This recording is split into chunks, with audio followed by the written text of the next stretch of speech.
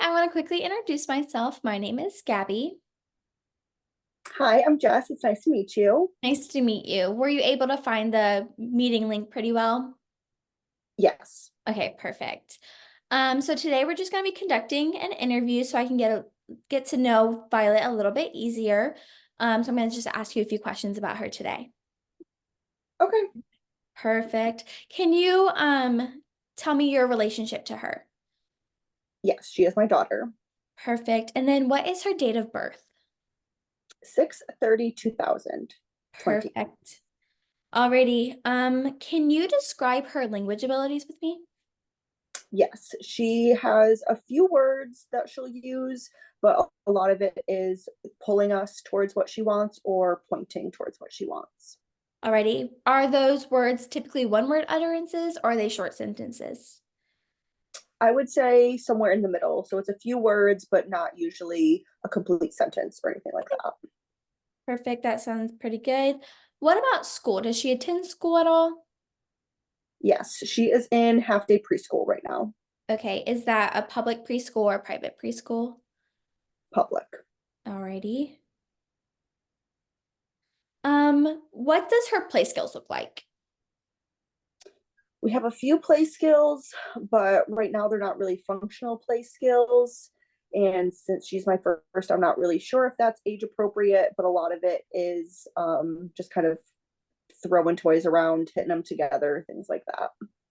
Alrighty. Does she have any preferred toys or activities? She really likes little mini figures of characters, or we have some dolls that she really likes to play with as well. Yeah. All right, that's amazing. Does she prefer anything else like water tables, sand, rice, anything like that? Yes, she does really enjoy when we bring out the sand. That's kind of one of her special things that she'll get to do. I love that. How about any medications? Is she on any? No, she is not. Okay. Alrighty. Now I'm gonna ask you a few questions about her behaviors. What are some of her problem behaviors? So I would say the two biggest that we're kind of concerned about would be tantrums and then head banging as well. Alrighty. What do her tantrums typically look like? So if she's already sitting or standing up, she will typically flop to the floor and kind of just like thrash around with a lot of screaming and crying. Alrighty. And what does her head banging typically look like? Typically, that is hitting her head against the walls, the doors, sometimes against either me or my husband as well. Yeah. Alrighty. What would you say her single most concerning behavior is? I would say the head banging. We're definitely concerned about that just due to safety as well. That makes sense. Um, so would you say would you have like a top three, or is it just those two? And in what order? I would say our biggest main concern is the head banging, and then the tantrums would come next. And then I would say that we definitely want to increase her communication skills as well. Okay, sounds good. Um, for her head banging, what is typically the intensity of that? I would say it's pretty intense. It can get kind of scary to watch just because she is so little and it's her head. So that can be a little scary. I would say it's pretty intense. Yeah. Yes, want to keep her as safe as possible. Yes. Yeah. And then her tantrums, what does that intensity typically look like? Those aren't really as bad. Um, I would say that's more comparable to like my friends who have kids around the same age. Typically, can just kind of ignore that. It's mainly the head banging that we're concerned about. Yeah. Alrighty. Um, so now I'm going to ask you about how often they happen. Would you say that her headbangs typically are bursts, clusters, or individual occurrences?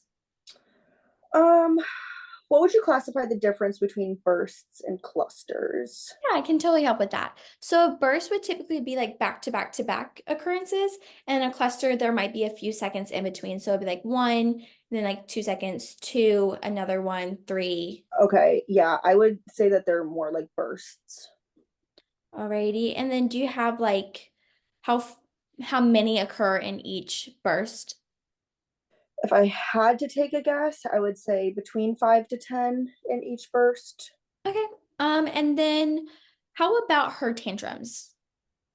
Those don't happen as frequently. Maybe one or two a day, but not as frequently as the head banging. Alrighty. Um, what typically occurs whenever her head banging happens? Like what is happening beforehand or what kind of causes her to do that? Yeah, I would say a lot of it generally has to do with if we have to be all done with the activity that she's doing that she really likes. So if we're watching TV or playing with her sand, then it will typically happen then. Or if there's a change in routine and she's transitioning to something that she doesn't like, then it will typically happen then as well. Okay, does it happen with denials at all? Yeah, I would say if we tell her that she can't do whatever she's asking to do, then I would see them as well. And then if I'm not understanding what she's trying to tell me, then I could see, or then it does happen then as well sometimes. Alrighty. And then how about her tantrums? I would say those typically are the same things that happened before that would kind of cause those tantrums. It kind of just depends on how frustrated she's getting, kind of which way we go with that behavior. Okay, that completely makes sense. Interrupting routines and stuff like that definitely can be a little frustrating for our kiddos. Yeah. Yeah. Do they typically happen during one particular activity? Um, I wouldn't say so. I would just say that it's typically kind of those things that I talked about before. So it can be a range of denials or transitions, but it's generally one of those two things. Okay, that makes total sense. Do you happen to know any like triggers to the behaviors? Um, or anything that like if you definitely do it, it's most likely gonna cause them to happen. Yeah, I would say anytime that we take away the sand, then it's typically going to happen. That's kind of why it is one of her more special activities that we do, Mhm. since it is harder to transition away from that. And then I would say if she's trying to tell me something and I really just am not understanding what she's trying to say, then we'll get some of those intense behaviors as well. Okay, and is that both for headbanging and tantrum? Yeah, typically it will start with a tantrum, and if she's still not getting what she wants after the tantrum, she'll kind of escalate and go to the head banging from there. Okay. And then I know you said interrupting routines. What routines typically that are interrupted typically lead to her headbanging or tantrums? Is there any specific routine? Um, Not that I can think of off the top of my head. It's generally she has a very good understanding of how our day plays out. So if it doesn't play out that way, she will kind of ask for whatever it is that we're supposed to be doing instead of what we are doing. And she knows that that's that routine. So she'll kind of want to go back to that routine, and we'll see it with that as well. So it's kind of any disruption in the routine. Okay, because she's on a normal, pretty fixed schedule on a normal I basis. would say, yeah. So we Okay. try to keep her on a fixed schedule since it helps her. And then also Mhm. just to kind of make our life easier so we don't have the tantrums as well. Yeah, just trying, anything to help out you with those behaviors because I know they can be kind of intense and a little scary at times. So, Exactly. So if we can avoid changing the routine, we definitely do. yes, absolutely. I completely understand that. Um, does her behaviors typically happen if she doesn't get her way? Yes, I Okay. would say so. So if she is telling me that she wants to do something and I have to tell her no, that we can't do that, then I'll say that we do get those behaviors then as well. Yeah. Okay. If she's trying to control a situation, do they happen? Yeah, so that would go back to the routines. If Okay. she's not getting her way with the routine, like if we can't interrupt the routine, and or if we do have to interrupt the routine to what we don't normally do, she'll want to go back. And if we can't, then we'll see them there too. But honestly, sometimes I just see it randomly and I'm not really sure what causes that either. Okay. That that can be a little frustrating at times because you're just like, I don't understand why. And obviously, you want to know why she's having those feelings and those behaviors. So I can Yeah. understand how that's a little frustrating at times. Um, how do you and dad react when she does engage in headbanging and tantruming? So I would say with the tantruming, we both try to just ignore it, even though sometimes it can lead to headbanging. We just try and stop it there, and so it might not. But with the headbanging, we try to redirect that so that she's no longer headbanging since we are concerned about her safety. Okay, do you ever block the headbanging, like putting a softer item between her and like the hard surface that she's headbanging on? Yeah, if we can, we'll definitely grab a pillow to do that. But if not, I'll put my hand there so at least my hand is between her head and the wall. Yeah. Yeah, it's a little softer than a wall, so that's a great start.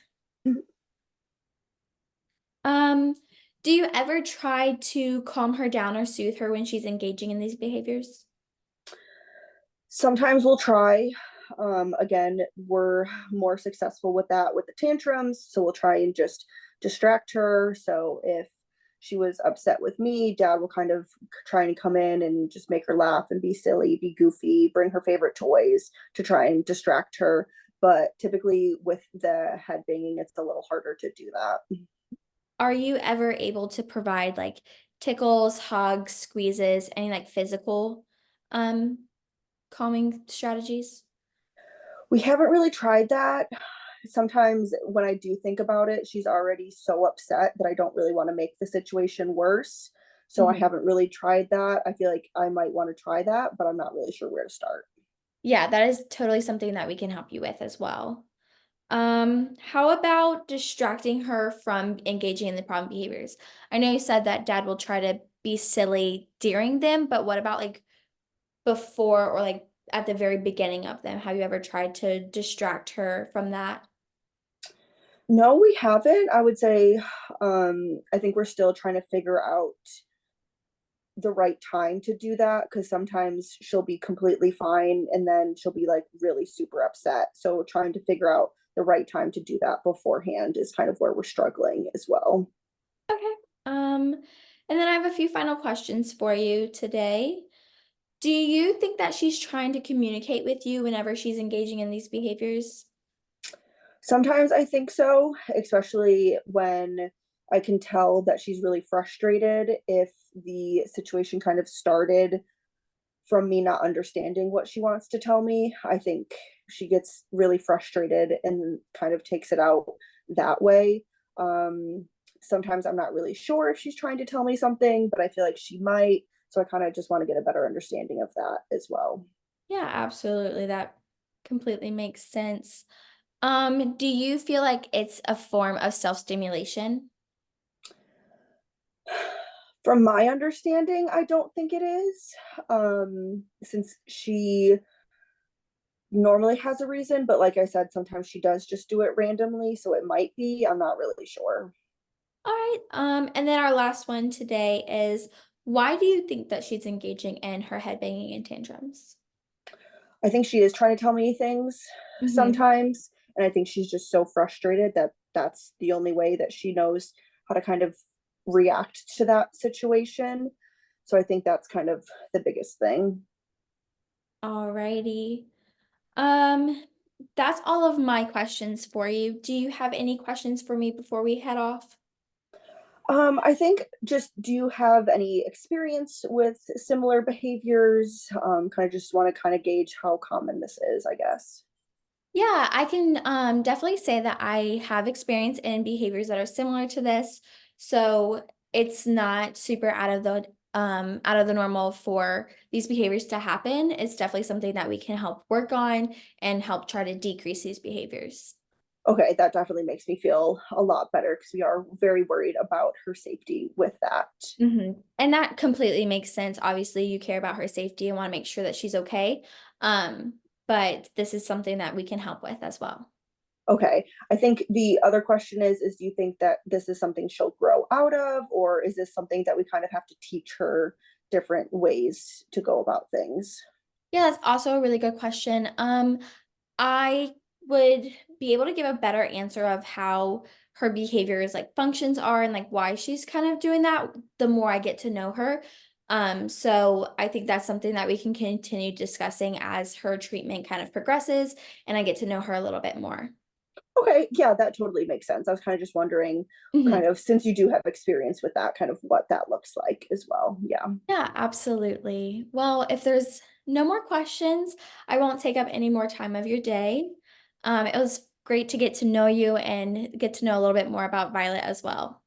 Perfect. Thank you so much for your help. I really appreciate it. Absolutely. Have a great day. You too. Bye.